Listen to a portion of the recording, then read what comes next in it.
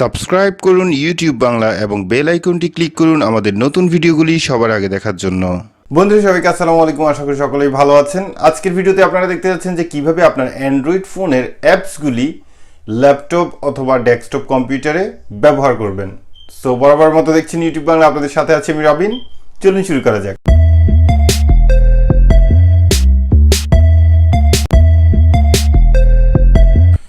ওকে বন্ধুরা, তাহলে চলুন আমরা ডেস্কটপের আপনার যে কোনো একটি ব্রাউজার ওপেন করুন। ব্রাউজার ওপেন করে জাস্ট এই লিঙ্কে ক্লিক করুন, যে লিঙ্কটি আমি শর্টকাট করে রেখেছিলাম।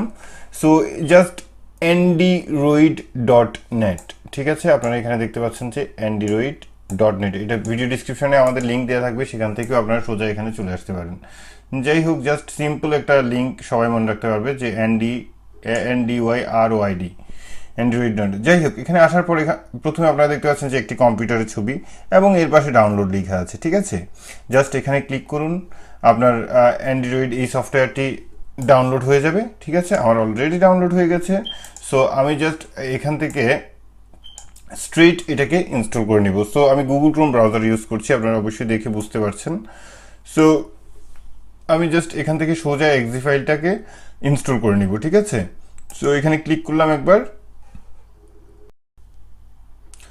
ওকে, ক্লিক করার পর আপনারা এখানে দেখতে পাচ্ছেন যে সফটওয়্যারটি ওপেন হয়েছে। সো এটাকে জাস্ট আমরা সিম্পলি নেক্সট করে দিলাম। নেক্সট করার পর জাস্ট অ্যাকসেপ্ট করে দিলাম।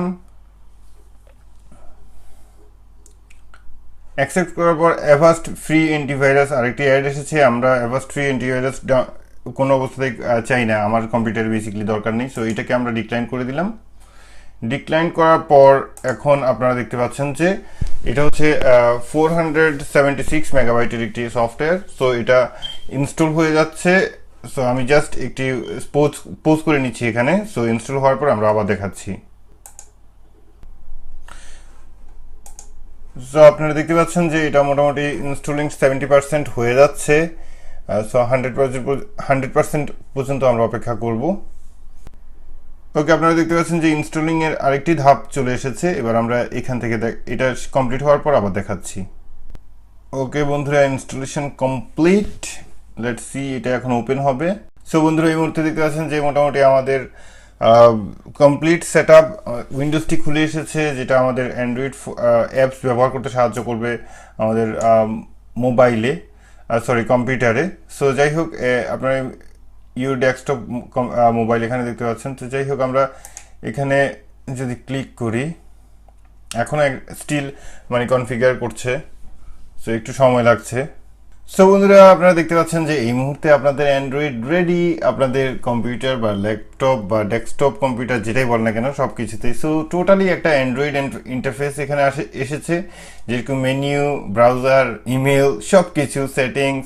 সো আমরা যদি অ্যাপ স্টোরে যাই,